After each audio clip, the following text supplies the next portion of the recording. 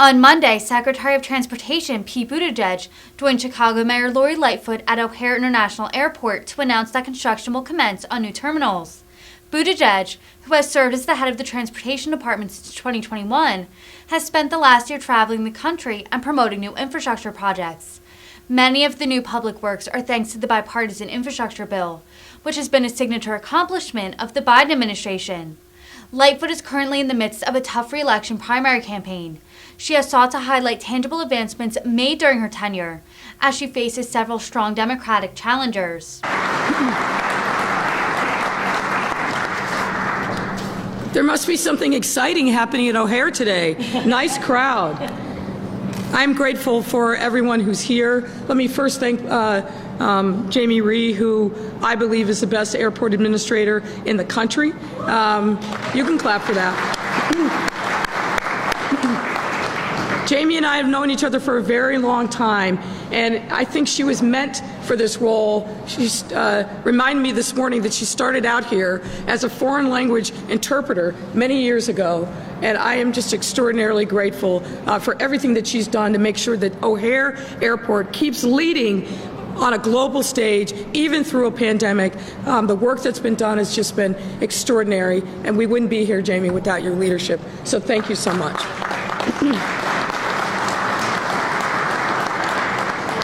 I'm also grateful for the other leadership that's here, Representative Garcia, Senate President Harman, Transportation Committee Chairman Howard Brookins, and our newly minted state senator. As you can see, anything related to O'Hare is a team sport.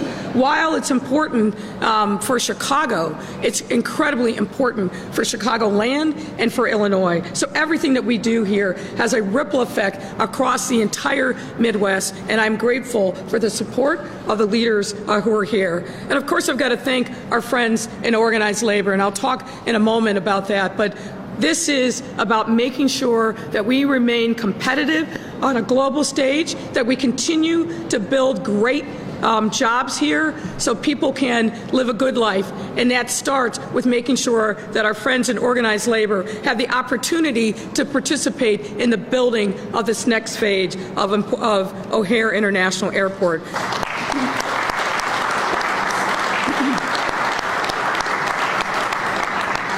And I also want to thank, of course, Secretary of Transportation Pete Buttigieg. He can't say that O'Hare is his favorite airport, but I'm going to say it because it's the best in the world. Thank you, Mr. Secretary, and your team for everything that you've done. We are so grateful that you were able to take the time to be here with us this morning for such an important announcement. So I want to say on behalf of our city that I'm grateful to all of the people here for advancing our city's transportation strengths and our exceptional connectivity not only to the Midwest but to the rest of the world. The federal government has been an important partner when it comes to modernizing our airport. And I want to thank not only the Secretary, but President Biden for providing additional funding to Chicago's transportation network through the bipartisan infrastructure law. O'Hare Airport, as many of you know, has been honored to receive federal support really from the very beginning, and particularly when President John F. Kennedy was here in 1963. He attended the dedication for this very terminal. At that time, President Kennedy remarked upon how modern and expansive O'Hare Airport was, saying that no other airport served so many people and calling it the most extraordinary airport in the world. That was certainly true in 1963, and it's true today. We have continued on a path of progress through the years to make sure that O'Hare is the most extraordinary airport in the world. And now, in the presence of Secretary Buttigieg, we are once again reaffirmed with federal support that our airports are modern, efficient, and world-class. And that brings us to today's announcement. As Commissioner Rhee previewed for you, we are here today to celebrate a key milestone in our $12 billion O'Hare 21 capital improvement program. Following a thorough, multi-year environmental review, the FAA has officially approved our plan for new construction. This approval was essential for us to move forward on our next big phase of modernizing this airport, and we are grateful to the FAA for their approval of this plan, the airport's terminal area plan. This work will replace, as the Commissioner said, this very terminal that we're in, the oldest facility here at O'Hare, transforming it into the O'Hare Global Terminal. The first projects will be completed will be the construction of 2 new satellite concourses that will provide approximately 1.3 million feet of gate and amenity space, dramatically expanding the airport's ability to accommodate aircrafts of all sizes. This is a big deal for us.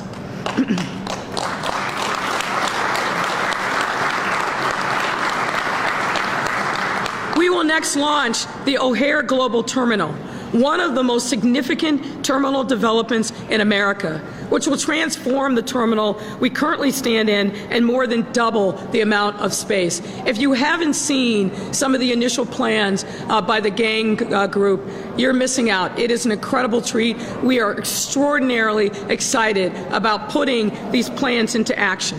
The completion of this $7.1 billion terminal expansion project, among other ongoing capital improvements, will only further the airport's strengths and capabilities.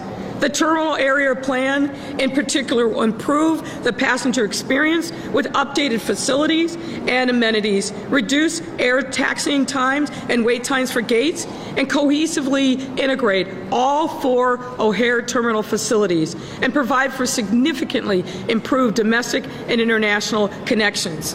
I must also thank our airline partners for their continued support and commitment of this project and for their funding support. We wouldn't be here today without our airline partners and their committed dedication to modernizing this incredibly important airport.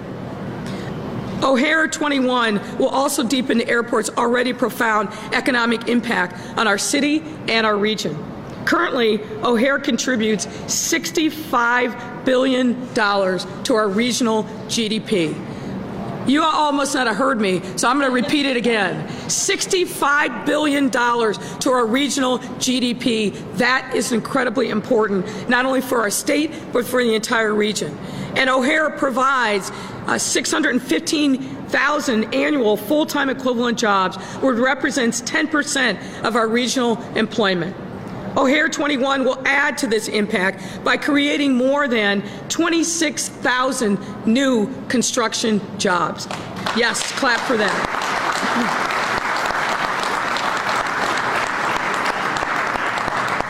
And importantly, something near and dear to me, this project continues our administration's support of minority and women-owned firms, as at least $489.1 million has been committed to MBEs and WBEs through O'Hare 21.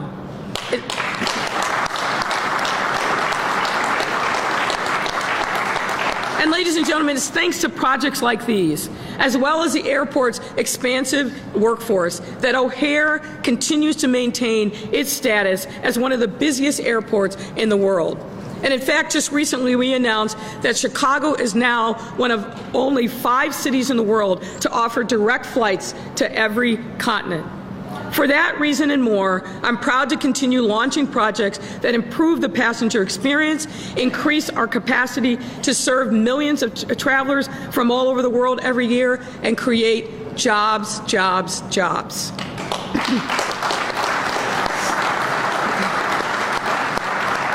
And not only do airport enhancements put our city on the map as a global transportation hub, but this work brings countless benefits to our entire city, especially our underserved communities.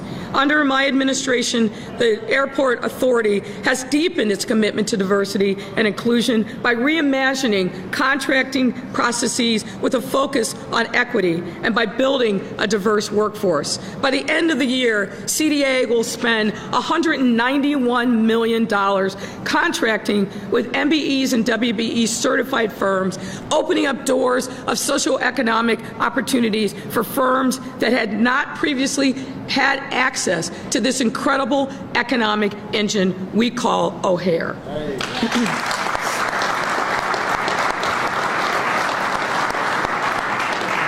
And furthermore, the Chicago Department of Aviation leads expansive efforts to hire residents from every neighborhood and all walks of life, currently employing almost 1,200 Chicagoans here at the airport.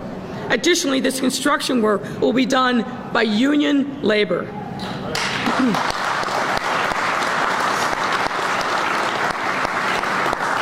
I thought that would bring a smile to several faces in the audience, providing that many more good-paying jobs to Chicagoans and Illinoisans who are part of organized labor in our city and our region.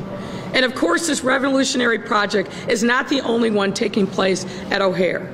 Through O'Hare 21, we will continue to make upgrades, especially in our $1.3 billion Terminal 5 renovation project, with CDA currently finalizing plans for a grand opening of Terminal 5's new eastern extension early next year. And we expect construction on the O'Hare Global Terminal project to be complete by 2030. So when it's all said and done, ladies and gentlemen, O'Hare will be and maintain its status as the greatest airport in the 21st century.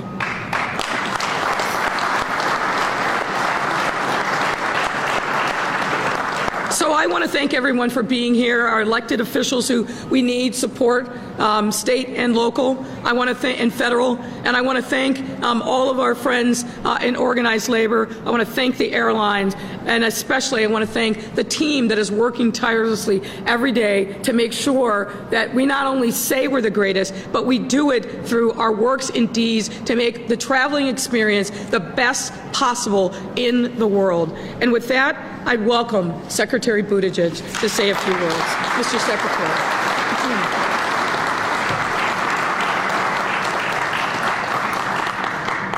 Well, thank you very much, Mayor Lightfoot. As you know, I'm a former mayor, got to know the mayor as part of the community of mayors, and the job has only become more demanding since I wore the title.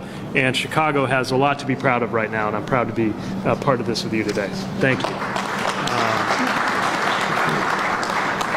Commissioner Rhee, you've got a lot to be proud of and a lot on your plate right now. And excited to be with you and to see all of the great visions for what is to come.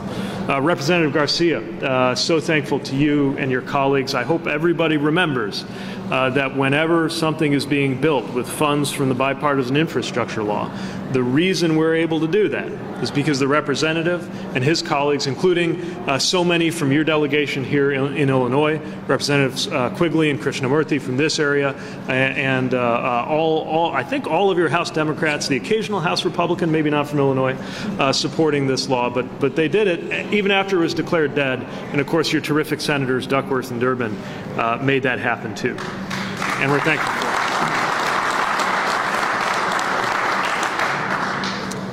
Now, you're right, Mayor, I don't have a favorite airport. I'm not allowed to. But I will say that I have a memory for every corner of this airport. From that Illinois lottery booth where I would pass a little time with my dad before getting on a plane that would take us to the country where he immigrated from, where I could learn about where I came from, to being the kind of business traveler who actually knew which days and times of day it was wiser to have a taxi drop you at Terminal 2, even if you were flying out of Terminal 1, and vice versa, to going so far as to propose to my husband Chasten over at Terminal Gate B5. And as I said when the president asked me to take on this job, don't let anybody tell you that O'Hare can't be romantic. It's, of course, most important and most special, not because of my memories or any one traveler's personal connection to this place, but because it is an absolute powerhouse that in turn makes Chicago and Chicagoland a powerhouse for the American economy. And that's what we're talking about today. As the mayor said, jobs, jobs, jobs. The jobs that will be associated with a decade worth of construction here, and I'm so pleased to see our building trades friends who are going to make sure that that gets done right. And we're excited to create the good paying union jobs that are coming with a generation of construction.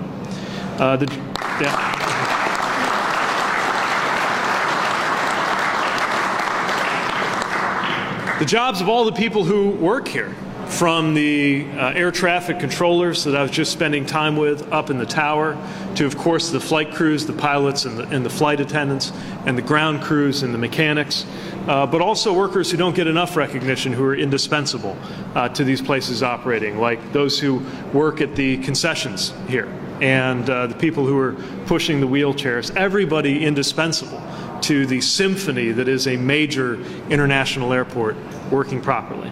And then all of the other jobs that are part of that, how many billion? $65 billion contribution to this economic region that the mayor described. Jobs that are supported by the existence of this airport. And we're living at a time when folks understand more and more the importance of our airports for supply chains as well as for passenger travel. And we've got to make sure both of those are running as efficiently as possible. That's part of what this new terminal is going to be part of. And later today, I'll have a chance to meet more of those workers who are going to be part of that story. And later, we'll be on the south side, where the Aviation Institute of Maintenance is creating students for good-paying jobs as aviation technicians. And we're excited to see that firsthand. If there has been one lesson, especially of the last couple challenging years for America's transportation system, it is that the most important part of our transportation systems is people. The people who make it all work and the people who count on it. And of course, the holiday season gets us thinking about that in particular. Look no further than the beginning and the end of everyone's favorite holiday-themed rom-com, Love Actually. Our hearts beat for the kinds of connections that are made possible through the ability to get in and out of a community safely, and we're very focused on that too. It's why we've been doing everything we can to make sure air travel runs smoothly as we go into the Thanksgiving and Christmas and other winter holidays. We are delighted that demand is returning like nobody thought possible, with more and more passengers having the income and the desire to take to the skies. We also know that means airlines have to continue taking steps to address the challenges of servicing those tickets that they sell. It's why we put up an airline customer service dashboard to make sure that before you buy a ticket, you can see, airline by airline, how you will be treated in the event of a cancellation or a disruption, from hotels and meal vouchers to free rebooking. And I want to make sure passengers know that if you are canceled or significantly delayed, you are required to receive a full refund if you ask for one. And if you have trouble getting one, let us know, because we have helped get hundreds of thousands of passengers, hundreds of millions of dollars in refunds just in the last couple of years alone. That's just some of what we're doing right now to help air travelers. But one of the best things we can do to help air travelers is make sure that we have great airports in this country. When you're traveling, you need to have outlets to charge a phone and laptop. If you're relying on a wheelchair, you need to have accessible ways to get where you need to be. If you're a parent of young children, as Chasten and I have discovered, you really need to have a good spot to change a little one once or twice or three or perhaps four times during a layover. These are just some of the things we're working to deliver right now, again, largely thanks to funding through that bipartisan infrastructure law that the President signed just over a year ago. We've already funded a new terminal in Pittsburgh, new gates in Orlando, new bathrooms in Chattanooga, better escalators in Huntsville. In South Dakota, there's a general aviation terminal that's a mobile home right now. We're paying with funds from the infrastructure bill just to get a permanent brick and mortar building there. Faster security checkpoints, baggage drop-off systems like what we're doing in Denver, better check-in counters, custom areas, all of the things it takes to make it possible to get where you're needing to go safely and conveniently.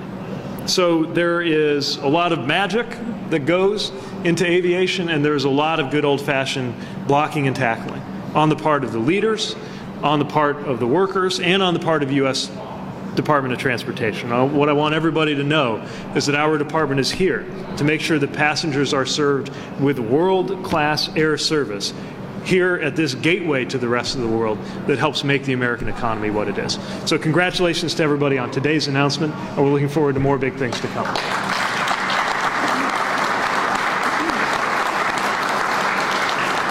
Thank you, Secretary. Thank you, Secretary. Appreciate that. Members of the media, Jackie and I will come down, bring the mic to you. 2 questions per reporter. We'll start with on topic only with Maddie from the Tribune.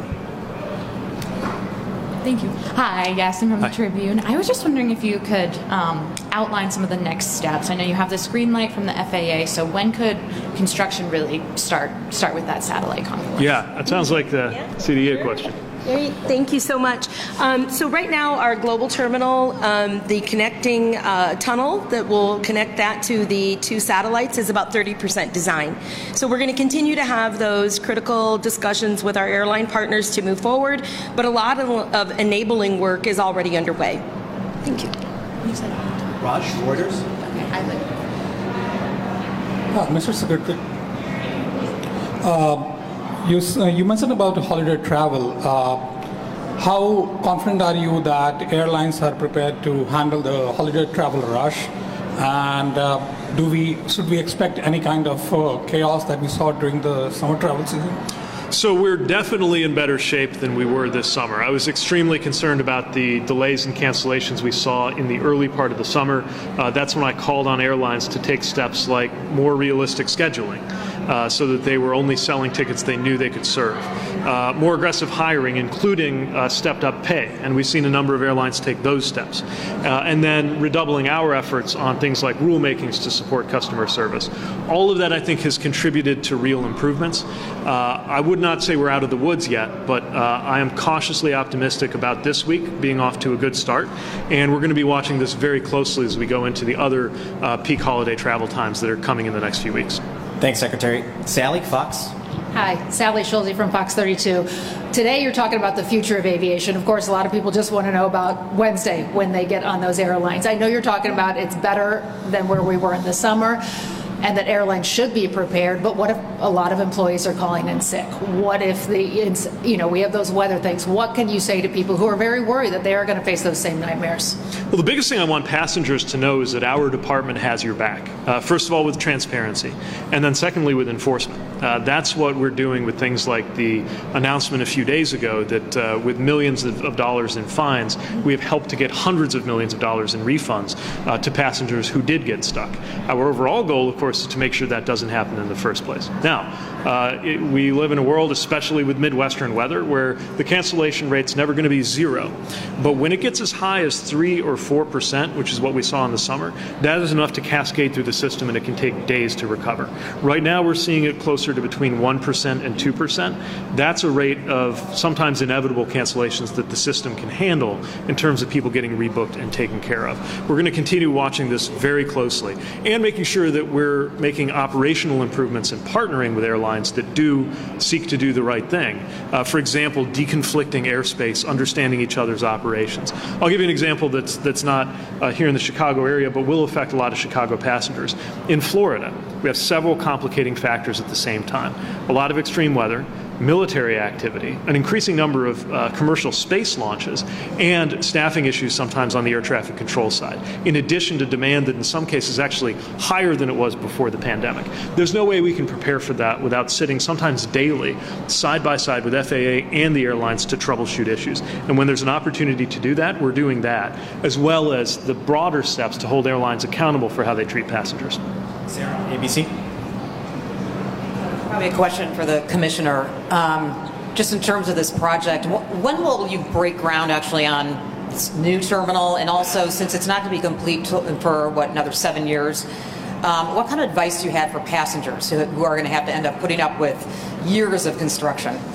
One of the things that we take very seriously is our obligation not only to modernize the facilities, but do it in the least impactful way. And so that's something we're going to continue to do. We've got good experience in doing that with Terminal 5 opening up and the building of a brand new 6-story parking garage over there. It does take sometimes a step back to take 2 forward. We're going to constantly put that at the forefront, the customer experience.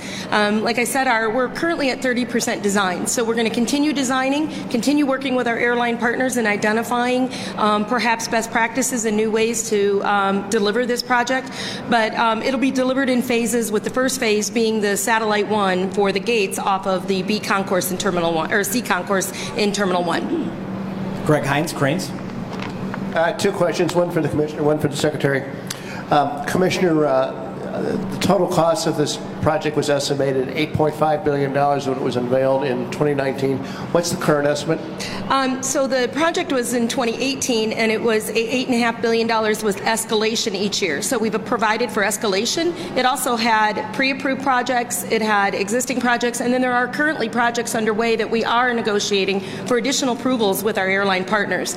And so, for example, we're going to continue to look at ways to meet the modern demand and working directly with them.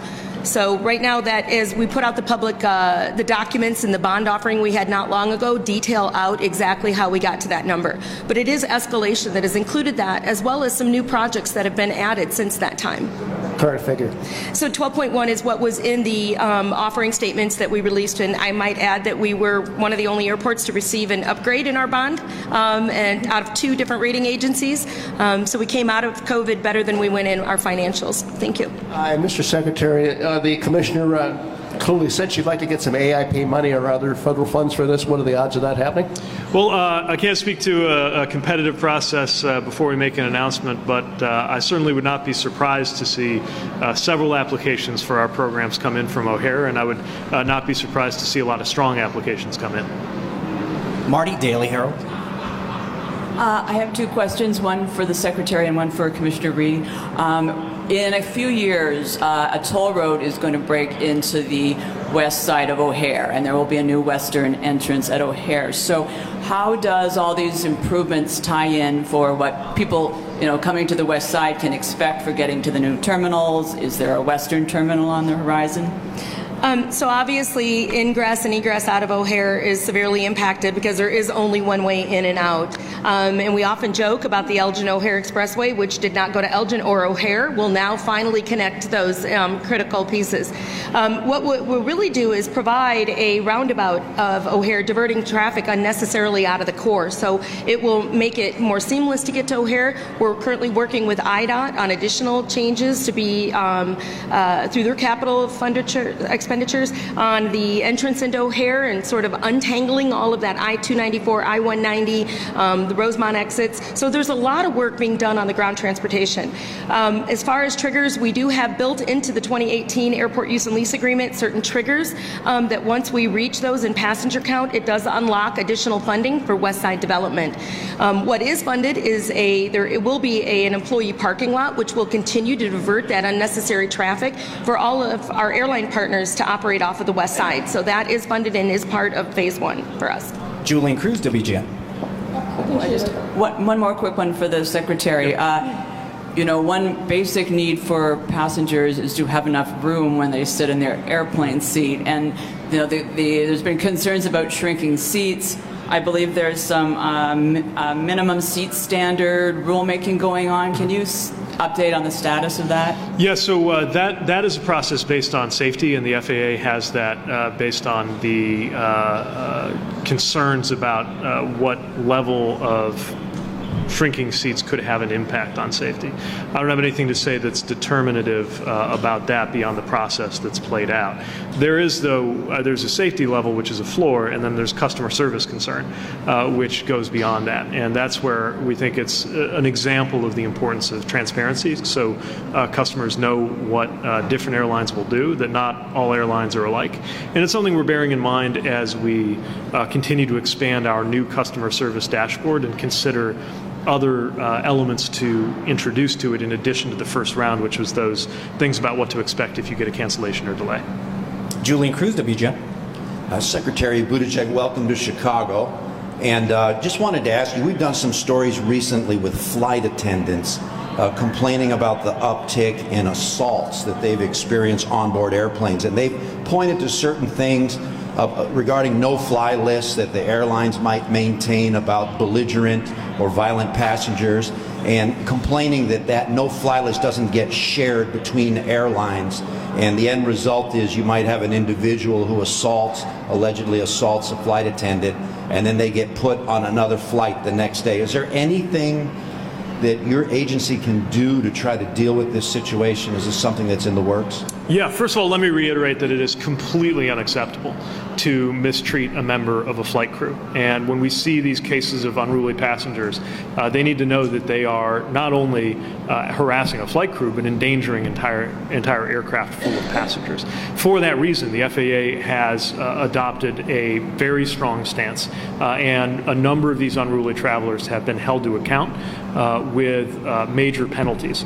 So we want to make sure that the deterrence is there, and I think that's part of why, overall, compared to the worst days, we've seen a drop in the number of those incidents, although any number above zero is unacceptable. I do think it would be constructive for the airlines to talk about how to establish some sort of data sharing process that would enable them to let one another know about these issues that they've had with the passenger, but obviously that's not an area where I can tell the airlines what to do. I do think it would be something worth exploring. Thanks, Secretary. Thanks, Mayor. That's a wrap, everyone. Have a great day. Thanks, everyone. Thank you.